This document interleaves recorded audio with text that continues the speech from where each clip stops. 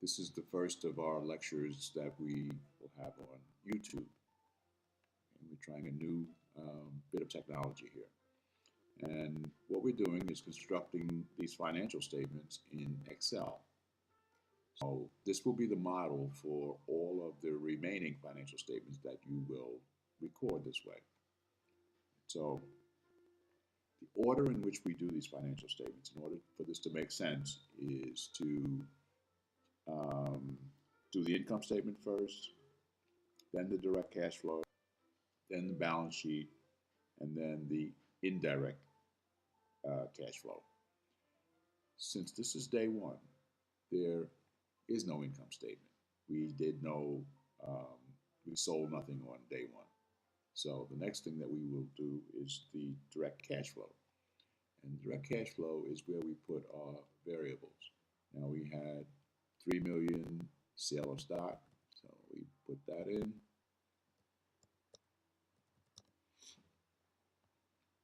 And then we had a $1 million loan.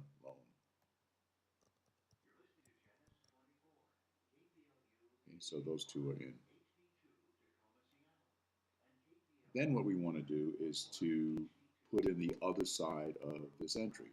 This was the entry that we initially made in Peachtree, in your Peachtree company. So now to put in the other side of this entry. Every financial statement that we have, no matter how big the company is just an entry, just debits and credits. So these credits, these are the, these are the debits, I'm sorry. These are the debits. We have debits to cash, increases in cash. So we need to put the credits in. So the credits are in the balance sheet, and the two credits are loan payable. So we attach this, link this to a loan payable there, and we enter. And the other credit is the equity section. So we link that to the $3 million sale of stock. Okay. So now we have the entries in, and now we just have to complete the financial statements. We have entries in, but we have financial statements that are incomplete. So to complete them, we need to put a total there. So we can do equal sum, and then sum this down. So now we have our sum there. And now this is the total cash that's been received. And this total cash will be the equal for total cash in the balance sheet. So we need to link that to cash in the cash flow statement. And now we have our cash, we have our loan payable and our equity. We have a cash flow statement. So all we have to do now is complete our financial statements. We complete our financial statements by putting in totals. So we can do a sum here. We sum this down.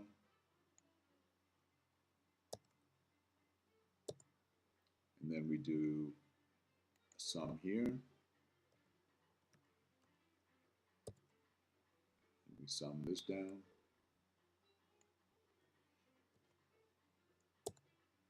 And something happened. We'll just back this up.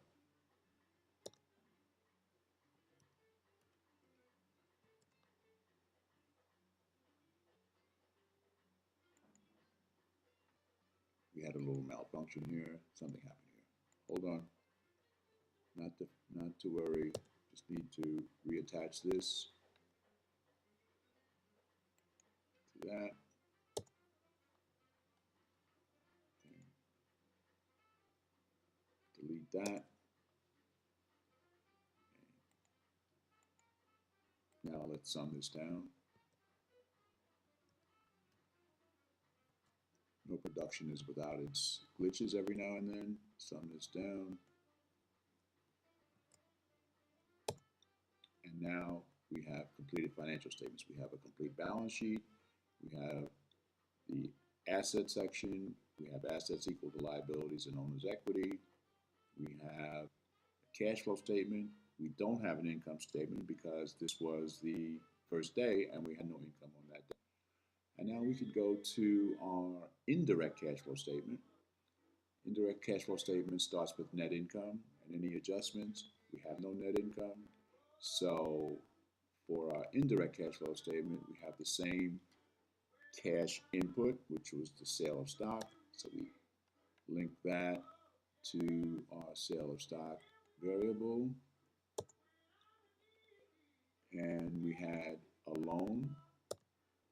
That was another influx of cash. We link that to this loan. And then the total cash that we've gotten in, our total cash increase, is equal to the sum of this.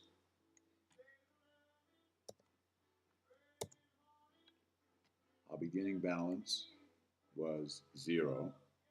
You can type that in. And this ending balance is equal to the beginning balance plus any increase or decrease in cash.